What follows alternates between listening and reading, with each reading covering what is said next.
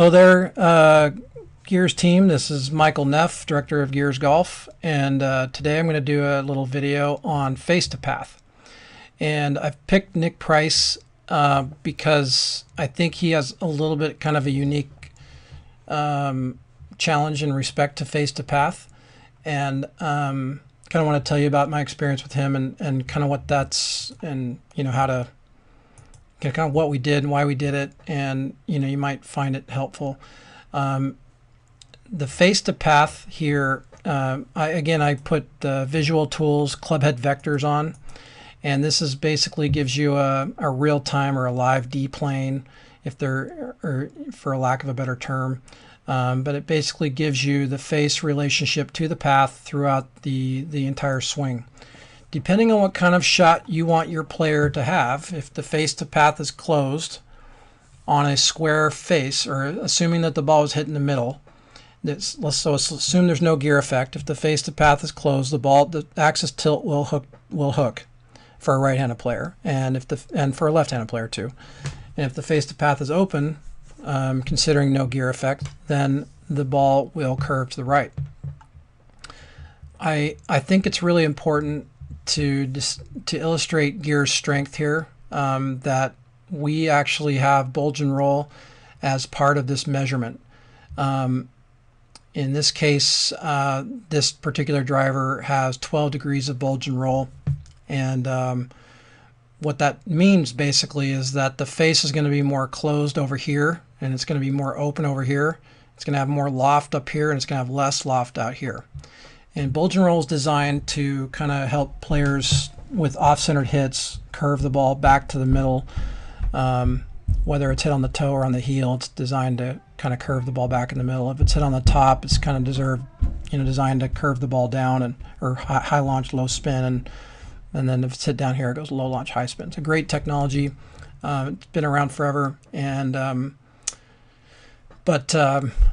being able to know where the ball is being touched and what the face angle is at touch is something that separates Gears from all the other technologies, and definitely should be a marketing tool for you guys to be able to really dig down and find what's happening. Nick Price here, this is a good example here. I'm going to bring up this is his driver, basically hitting everything right in the heel, right over and over, and this is a really tight pattern, and I think that if you can produce this kind of pattern, then you're doing a pretty dang good job. But the face is closed over here, and if he hit all these shots in the middle, we would get a completely different ball flight. And so knowing where the ball's being touched and what the numbers are at touch is really critical. We also give you the numbers at the center as well. So in this case, if Nick Price were to hit the ball, let's actually get him back to impact here. The face is closed at touch because of the gear effect, but at the middle it's open. So had he hit this shot in the middle, the face to path would have been open and the ball would have curved to the right. And so when the face to path is, if he would hit this in the middle of the club, the ball speed would have gone way up, but it would have been a slight cut. Instead, what happened was he basically hit a straight ball that had no power on it, and he's basically, on all these shots, his smash was low. On all these shots with his driver, his smash was low, like 1.43, 1.44. Had a very similar experience with Mike Weir and with Chris Baker as well. Obviously, I'll do videos on all these other aspects, but remember, the face angle and the loft are the same. They're different measurements, but they do not work independent of each other. So when the face angle is closed, the loft's going to go down. When the face angle is open, the loft is going to go up. And you can see that clearly with the D-plane thing that we give you, or the illustration that we give you here. You can look from above to kind of see the relationship here. The closure rate is the red line closing to the yellow line, and you'll see that as we square this face to path up, the face is going to square up to the path here.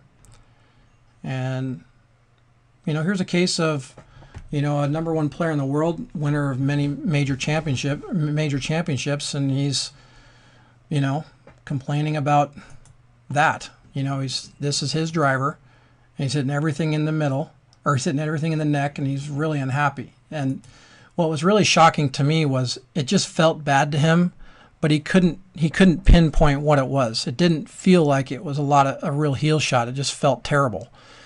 And so, you know, it just, you know, obviously there's a lot of different reasons why the driver's really upright, really long. Nick complained to me about, ever since, you know, for about 4 years now, he hasn't been able to drive the golf ball, and he attributes his, you know, a lot of his problems with, you know, scoring to driving the golf ball. Mike Weir is almost identical to that. You know, Mike Weir drives the ball well, he's fine. And these guys got, you know, really accomplished games. And Nick, in this case, basically hitting everything in the heel. So the face to path is slightly closed with no ball speed and a little gearing effect. So when you want to move a player's face to path relationship, depending on what kind of shot you're trying to accomplish, it's really helpful to know where exactly they're hitting it on the face, so that you can really find out what the actual face angle is at touch. With an iron, that face angle is going to be the same whether it's in the heel or the center, because the face is flat. So the ball's not going to curve as much on gear effect shots, and but still knowing where that relationship is. And just because they hit it here on a driver doesn't mean they're going to do the same thing on an iron.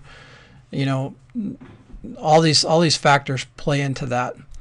The other issue here is the lie angle here. So when the lie angle is upright, the face is going to be closed. Remember, it's not the leading edge, it's the center of the club.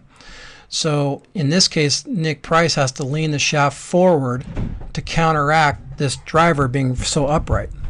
And when he was playing golf, he told me that his driver was he's actually kind of a geeky kind of club guy. You know, he remembered all this stuff, but basically his driver was 43 inches. It was a Hogan Apex 5 shaft, which I think is like 135 grams or something like that. And the lie angle was, or the driver was 6.5 degrees aloft, and it was 3.5 degrees open. And he thinks the loft, excuse me, he thinks the lie angle was around 55 degrees, 54 degrees. So when the modern driver came out with the sleeve, that basically made it very difficult to flatten them. And the sleeve, I think TaylorMade sleeve can go down 2 degrees when you bend it, but most of these drivers of the golf, or most of these drivers today, are like 60 degree, 61 degree lie angle. If you remember Nick Price's golf swing, it kind of goes up like this, and then it kind of really lays down. And so he keeps the handle pretty low, and that's one of the reasons why his lie angle is so upright, and why he doesn't have very much shaft droop. So Nick Price does not droop the shaft hardly. I mean, 33 degrees of droop is not much. That's because the handle's not in this raising mode, which is kind of, if you raise the handle here, the center of mass is going to move down this direction and it's going to droop. But in his case, he's basically keeping the handle right back to where it started, not drooping the club very much, which is helping the face angle not be so closed. But still, the driver itself is very upright for him.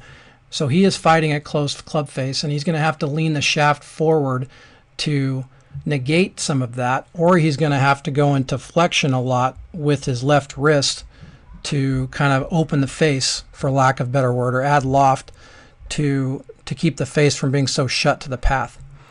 And that's one of the reasons why he's struggling with the modern driver. And he told me, like, when he was really nervous, or when he was in a hole it was really narrow, he would just tee the ball down and just hit this little stinger cut tiger shot that would just hit this baby little cut. And he said, I have not been able to hit that shot for I don't know how long, years. And so this basically answered all of his questions, and a light bulb went off on his head. And this is what you can accomplish with your players, is you can help them explain why things are happening, even tour players. In this case, we shortened the driver, and I basically just tried to make his current driver a lot like his driver when he was winning all of his tournaments. And the ball speed went way up. He hit it about 20 yards farther, and he gave me a hug afterwards. Literally, he's like, really cool guy, and he was really happy. And I talked to him about a month ago, and he's still hitting it. He's still liking the stuff that we did with him. And we actually had to do it with his hybrid too, and his 3-wood, and we found something there. So this is how gears can be useful. I don't think you could have found all that data with any other technology. I don't think, obviously nobody else has given you touch and center. We basically figuring out the face to path relationship with gears is really easy to do here, and it really helps answer a lot of the questions that you might have with your students. So depending on what kind of shot you want to hit, a cut or a fade, knowing where the ball is being hit in the center, being able to read this face to path relationship is going to really help you accomplish that. Please leave me any questions that you might have, and any comments, and thanks for your time. Hope you enjoyed the video.